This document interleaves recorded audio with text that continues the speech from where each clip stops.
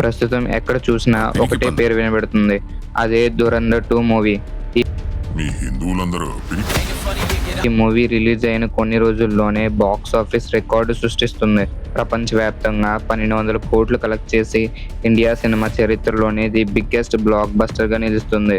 రణ్వీర్ సింగ్, సంజయ్ దత్, మాధవన్ లాంటి యాక్టర్స్ తో ఈ మూవీ అందరినీ ఎంటర్టైన్ చేస్తుంది. కానీ ఈ మూవీలో చూపించిందంతా రియలా లేక ఫేకా?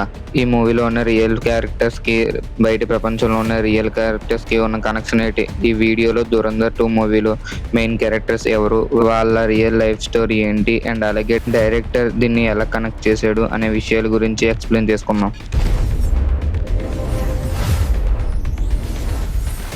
క్యారెక్టర్ నెంబర్ 1, బడే సాహెబ్. 'ధురంధర్ 2' మూవీలో మిస్టీరియస్ క్యారెక్టర్ ఉంటుంది. ఆయనే బడే సాహెబ్. ఆయన ఒక పేషెంట్ అయ్యుండి కూడా కేవలం బెడ్ మీద పడుకొని పాకిస్తాన్ నుంచి ప్రపంచాన్ని సాధించే ఒక పెద్ద డాన్ లా కనిపిస్తాడు.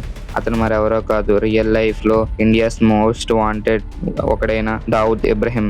అతన్ని డి కంపెనీ బాస్ అని కూడా అంటారు. ఎందుకంటే అతని మెయిన్ బిజినెస్ క్రైమ్స్ చేయడం.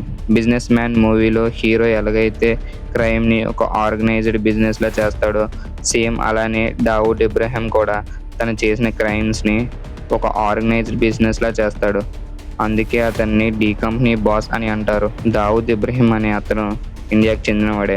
ముంబైలో ఒక ఆర్డినరీ పోలీస్ కానిస్టేబుల్ కొడుకుగా పుట్టి చిన్న చిన్న దొంగతనాలు చేస్తూ, స్మగ్లింగ్ చేస్తూ చివరికి ముంబై అండర్ వరల్డ్ ని శాసించే మాఫియా డాన్ గా మారాడు. అయోధ్యలో బాబ్రీ మసీదును కూల్చినందుకు రివెంజ్ గా 1993లో ముంబైలో వరుస బాంబు పేలుళ్లు చేశాడు.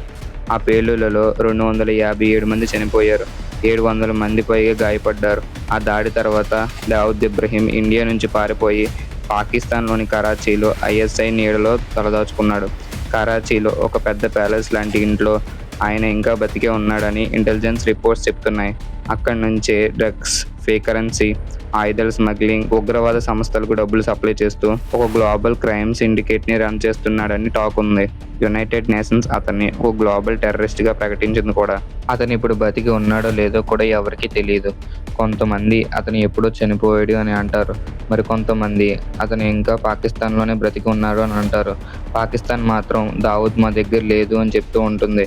మూవీలో బడే సాహెబ్ క్యారెక్టర్ని డైరెక్ట్గా దావుద్ ఇబ్రహీం నుంచే తీశారు. ఐఎస్ఐకి, డి కంపెనీకి మధ్య ఉన్న కనెక్షన్స్ని డైరెక్టర్ ఈ క్యారెక్టర్ ద్వారా ప్రపంచానికి తెలియజేశాడు. Character number 2, the unknown man. మూవీలో ఒక సీన్ ఉంటుంది. అది ఏంటంటే, ఒకప్పుడు ఇండియాలో ఉగ్రవాద దాడులకి ఎవరైతే కారకులుగా ఉన్నారో వాళ్ళని పాకిస్తాన్లో సడన్గా ఎవరో గుర్తు తెలియని వ్యక్తులు కాల్చి చంపేస్తుంటారు. ఆ గుర్తు తెలియని వ్యక్తులు ఎవరు, ఎక్కడి నుంచి వస్తారు, ఎలా మాయమవుతారు ఎవరికి తెలియదు. ఇలాంటి ఒక సీన్ మూవీలో ఉంటుంది. ఇది ఫిక్షన్ ఏం కాదు. 2023 అండ్ 2024 మధ్యలో పాకిస్తాన్లో నిజంగానే ఇలాంటి హత్యలు జరిగాయి. పాకిస్తాన్లో సేఫ్గా తలదాచుకున్న లష్కర్ తోయిబా, జైష్ మహమ్మద్ మరియు ఖలిస్తానీ తీవ్రవాదులు సడన్గా ఒక్కొక్కరుగా చనిపోవడం స్టార్ట్ అయ్యారు. వాళ్ళని ఎవరు చంపుతున్నారో తెలియదు. ఇండియా మీద జరిగిన దాడులకి ఎవరైతే కారణమయ్యారో అలాంటి వాళ్ళని రోడ్డు మీద పాయింట్ బ్లాంక్ రేంజ్లో కాల్చి చంపేసేవారు. షాహిద్ లటీఫ్, రియాజ్ అహ్మద్ మరియు పరమ్జిత్ సింగ్ పంజువార్ లాంటి మోస్ట్ వాంటెడ్ క్రిమినల్స్ అందరూ ఈ అన్నోన్ గ్యాన్మ్యాన్ తుపాకులకి బలయ్యారు. పాకిస్తాన్ ఐఎస్ఐ మరియు పోలీసులు ఈ హత్యలను ఆపలేకపోయారు. అసలు ఎవరు చేస్తున్నారో కనిపెట్టలేకపోయారు. పాకిస్తాన్ ప్రజల్లో ఏం టాక్ నడిచిందంటే, ఇండియాకి చెందిన రా ఇంటెలిజెన్స్ ఏజెన్సీనే ఈ హత్యలు చేయించింది అని. ఇండియా మాత్రం ఈ ఆరోపణలు మాత్రం అఫీషియల్గా ఖండించింది. కానీ ఇన్సిడెంట్స్ వల్ల ప్రపంచానికి ఒక మెసేజ్ వెళ్ళింది. ఇండియా ఇప్పుడు డిఫెన్సివ్గా లేదు.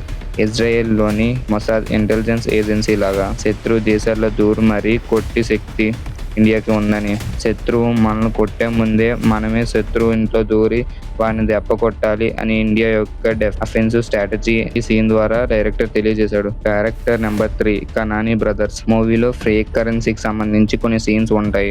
ఐఎస్ఐకి సంబంధించిన యాంటీ ఇండియన్స్ ఆపరేషన్స్ అన్ని డబ్బులు సప్లై చేసే వారిలా కనానీ బ్రదర్స్ కనిపిస్తారు. ఉగ్రవాదులకి ఫైనాన్షియల్ లాజిస్టిక్స్ మొత్తం ఇలా చూసుకుంటారు. అసలు ఈ కనానీ బ్రదర్స్ ఎవరు? రియల్ లైఫ్ లో వీళ్ళు కరాచీకి చెందిన హవాలీ కింగ్స్ అల్తఫ్ కనానీ అండ్ జావేద్ కనానీ. ఉగ్రవాదం అనేది రన్ అవ్వాలంటే ఆయుధాలు ఒకటే సరిపోదు. దానికి 100 కోట్ల రూపాయల ఫండింగ్ కావాలి. ఆ ఫండింగ్ కి ఎవరికి తెలియకుండా సప్లై చేసేది కనానీ బ్రదర్స్. వీళ్ళు కరాచీలో కనానీ అండ్ కే ఇంటర్నేషనల్ అనే ఒక పెద్ద హవాలా నెట్వర్క్ ని రన్ చేసేవారు. ఇది చిన్న చితక నెట్వర్క్ కాదు, ప్రపంచంలోని ఒక పెద్ద మనీ లాండరింగ్ సిస్టమ్. వీళ్ళు ఆల్-ఖైదా, తాలిబా, డి కంపెనీ లాంటి ఉగ్రవాద సంస్థలకి డబ్బుల్ని సప్లై చేసేవారు. అది కూడా ఇండియన్ ఫేక్ కరెన్సీని ప్రింట్ చేసి సప్లై చేసేవారు. ఐఎస్ఐకి ఎప్పుడైనా ఇండియాకి ఉగ్రవాద దాడి చేయాలని ప్లాన్ ఉంటే దాని ఫండింగ్ అంతా ఈ కనానీ నెట్వర్క్ ద్వారానే వెళ్ళేది. బిలియన్స్ ఆఫ్ డాలర్స్ ని వీళ్ళు ప్రపంచవ్యాప్తంగా తిప్పేవారు. 2015లో యుఎస్ గవర్నమెంట్ అల్తాఫ్ కనానీని అఫీషియల్ గా శాంక్షన్ చేసి పనామాలో అరెస్ట్ చేయించింది.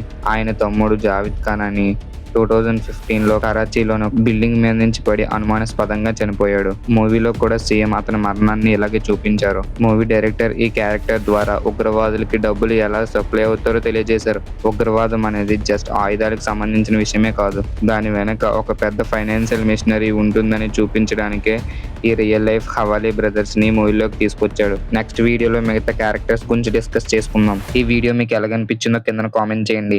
అండ్ అలాగే లైక్ చేసి మన ఛానల్ నచ్చితే సబ్స్క్రైబ్ చేసుకోండి. Thanks for watching.